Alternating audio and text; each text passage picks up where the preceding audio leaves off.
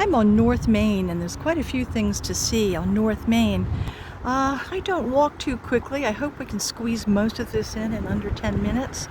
Right in front of me here is the Fall River Public Library, which has a wonderful Fall River reading room with lots of research materials that will be very helpful to you if you're becoming a Lizzie Borden expert, and why shouldn't you be?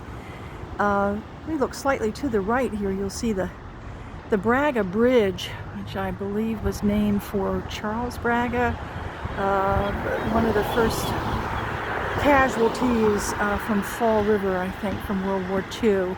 Please correct me if I'm wrong. We are now on North Main Street, and this is where Andrew Borden made his final trip in this life on the morning of the murders. We're just going to walk south. As you can see, it's one way. The curse of Fall River, definitely one-way streets. If you're in town, though, please check out the public library.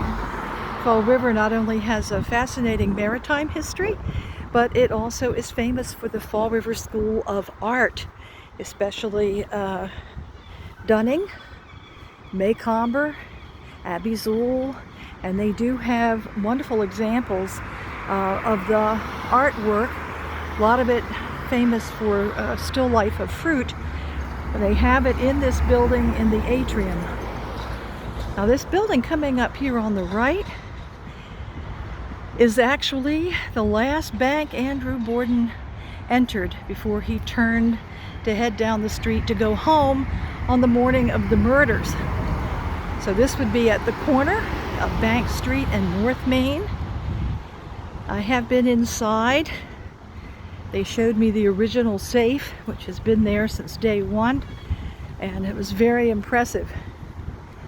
What we're doing now is heading south because we are going to see where the old Central Police Station used to be on Granite Street. And it has not changed in its width since Lizzie went down in a carriage on her way to give her inquest testimony and all those other exciting things that would occur afterwards. So here we are on Bank Street. Undertaker Windward, who prepared the bodies of Abby and Andrew, at the time was on South Main, but he did move later on in later years up here to Bank Street. I'm just doing a 360. Here's Andrew Borden's last stop to look at his money. And as you see, you head north, the terrain goes uphill. So let's proceed down North Main, headed south toward the old Central Police Station. I'm not sure what year that was demolished, but I know of at least two other buildings, including the current one on Pleasant Street, which has housed the Fall River Police Department. Their motto is, we'll try. I'm not sure what we make of that. Okay, here we are,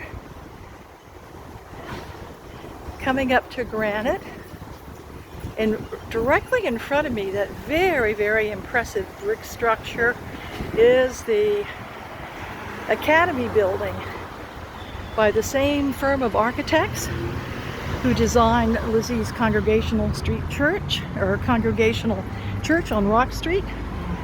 Let me lean out here. And it is one impressive building. It's been successfully converted into apartments and condos. Nance O'Neill is said to have played the Academy building.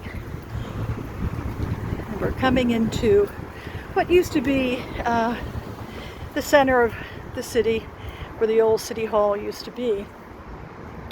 Right here, 10 North Main, is where the Granite building used to be, and I will post some postcards of that.